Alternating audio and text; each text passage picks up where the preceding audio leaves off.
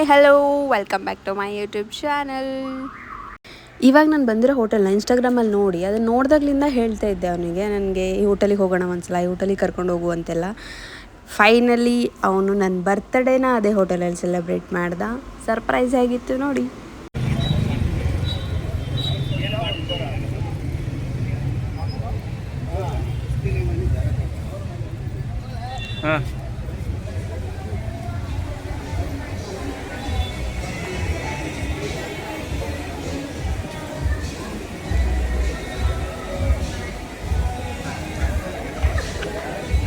Left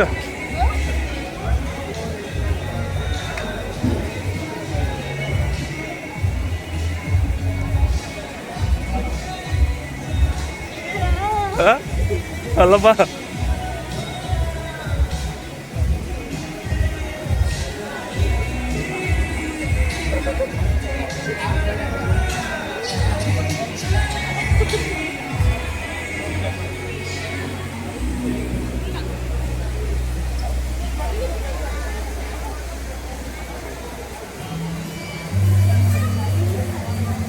ಸ್ವಲ್ಪ ಒಳಗೆ ಬಾ.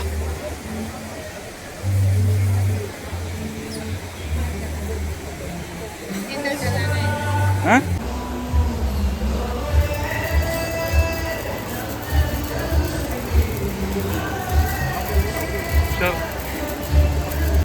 ಕೊಡ್ತೈತಿ ಮೇಡಮ್.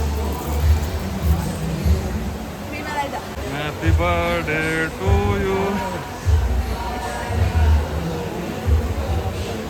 ನೋಡಿ ಕಡೆ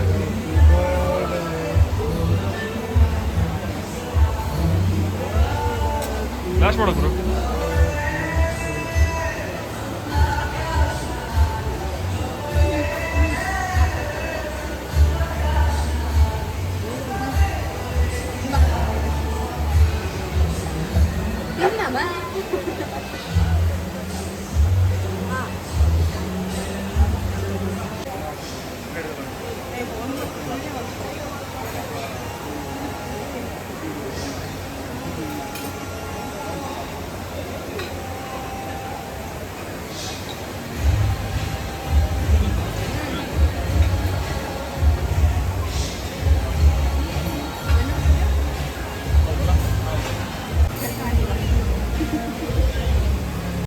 ಹೇಗನ್ನಿಸ್ತು ನನಗೆ ಕೊಟ್ಟೆ ಸರ್ಪ್ರೈಸ್? ನನಗಂತೂ ಸಿಕ್ಕಾಪಟ್ಟೆ ಖುಷಿ ಆಯಿತು. ಸೆಲೆಬ್ರೇಷನ್ ಎಲ್ಲ ಮುಗಿಸಿ ಅಪ್ಪ ಅಮ್ಮಂಗೆ ಜಾಸ್ತಿ ತಿರ್ಗಾಡೋಕ್ಕಾಗಲ್ಲ ಅಂತ ಅವ್ರನ್ನ ಅಲ್ಲೇ ಕೂರಿಸಿ ನಾವು ಒಂದು ರೌಂಡ್ ಎಲ್ಲ ಸುತ್ತಾಡ್ಕೊಂಡ್ಬಂದ್ವಿ. ಯಾಕೆಂದರೆ ಅದು ಸುತ್ತಾಡೋಷ್ಟು ದೊಡ್ಡ ಹೋಟೆಲ್ ಇತ್ತು. ಆಮೇಲೆ ಊಟ ಮಾಡ್ಕೊಂಡ್ವಿ. ಎಷ್ಟು ನೋಡಿದರೂ ಸಾಕಾಗ್ತಾನೆ ಇರಲಿಲ್ಲ, ಅಷ್ಟು ಚೆನ್ನಾಗಿ ಕಾಣಿಸ್ತಾಯಿತ್ತು ಎಲ್ಲ ಕಡೆಯಿಂದ. ಆ ಲೈಟಿಂಗ್ಸ್, ಆ ಪ್ಲೇಸಸ್, ಆ ನೀರು, ಫಿಶ್ ಎಲ್ಲ ಒಂಥರ ಸಕ್ಕದಾಗಿತ್ತು. ಎಲ್ಲದ್ರ ಜೊತೆ ಅವ್ರು ಹಾಕ್ತಿದ್ದ ಕನ್ನಡ ಸಾಂಗ್ಸ್, 90% ಕನ್ನಡ ಸಾಂಗೇ ಹಾಕ್ತಿದ್ರು. ಅದು ಕೂಡ ತುಂಬ ಖುಷಿಯಾಯಿತು ನನಗೆ. ಅದಾದಮೇಲೆ ಅಪ್ಪಾಜಿ ಅಮ್ಮನೂ ಸ್ವಲ್ಪ ರೌಂಡ್ ಓಡಿಸೋಣ ಅಂತ ಅವ್ರನ್ನೂ ಕರ್ಕೊಂಡು ಹಾಗೆ ರೌಂಡ್ಸ್ ಹೋದ್ವಿ. ಅವರು ತುಂಬ ಎಂಜಾಯ್ ಮಾಡ್ತಾಯಿದ್ರು. ಮೀನುಗಳು ನೋಡಿಕೊಂಡು, ಅದು ಕಲರ್ ಮೀನೆಲ್ಲ ಇತ್ತಲ್ಲ ಅದೆಲ್ಲ ನೋಡಿಕೊಂಡು, ಲೈಟ್ಸ್ ನೋಡಿಕೊಂಡು. ಅವ್ರು ಮೇ ಬಿ ಇಷ್ಟು ದೊಡ್ಡ ಹೋಟೆಲಿಗೆ ಬಂದರೆ ಇದೇ ಫಸ್ಟ್ ಟೈಮ್ ಅನಿಸುತ್ತೆ. ಸೊ ಸಿಕ್ಕಾಪಟ್ಟೆ ಎಂಜಾಯ್ ಮಾಡ್ತಾಯಿದ್ರು ಅವರು.